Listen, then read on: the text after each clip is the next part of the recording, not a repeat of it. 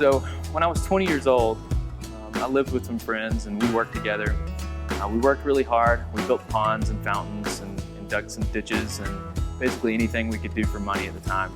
And we worked really hard, but we partied even harder at a house that we lived in. It was almost becoming like an every night sort of thing. And at the time, I didn't really have a lot of money. In the car I was driving, I had a flat tire. And so, because I didn't have much money, but I still needed to buy the essentials like cases of beer, I didn't have enough money to fix the tire on my car. And so it sat on the side of a driveway for about 2 months. And I didn't have a car to drive because I couldn't afford it.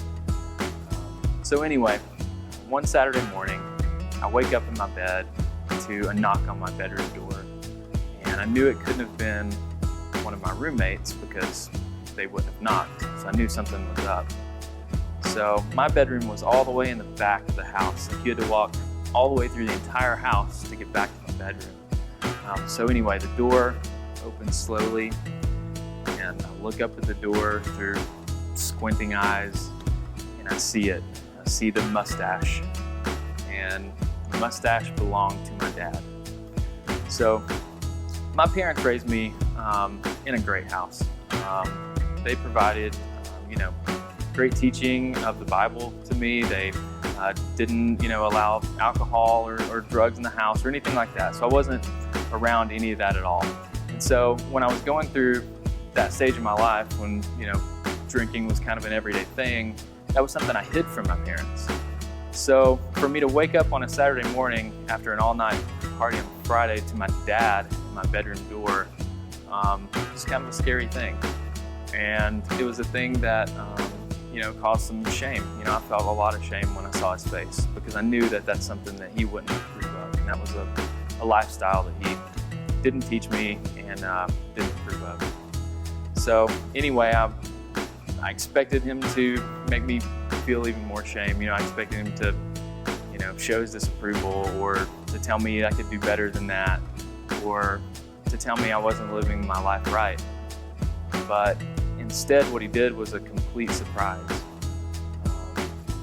What he did was just tell me this. He said, "Hey, I fixed your tire," and he handed me $20. And he said, "I love you," and he said, "Go back to sleep."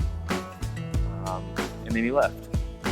And so, in that moment, I was relieved. I was relieved that he didn't pull me up out of bed and take me back home. I was relieved he didn't embarrass me in front of my friends. I was relieved that, hey, he gave me some money and fixed my tire. That's awesome. I appreciated that. But I think until many years down the road, it took me a little while to realize that what he did for me that day was actually a reflection of God's grace for us on a daily basis. We mess up. We feel like sometimes that we go far away from God. We feel that we betray God or we kind of leave Him behind and do things for ourselves instead of for Him. But He always reminds us, He always comes and finds us and reminds us that He loves us and that we're His children and that no matter what we do, there's nothing that we can do that's too terrible for Him to stop loving us or to stop giving us grace. What He does is just He finds us where we are, He comes to us and He tells us that He loves us. And what my dad did for me that day was a reflection of that.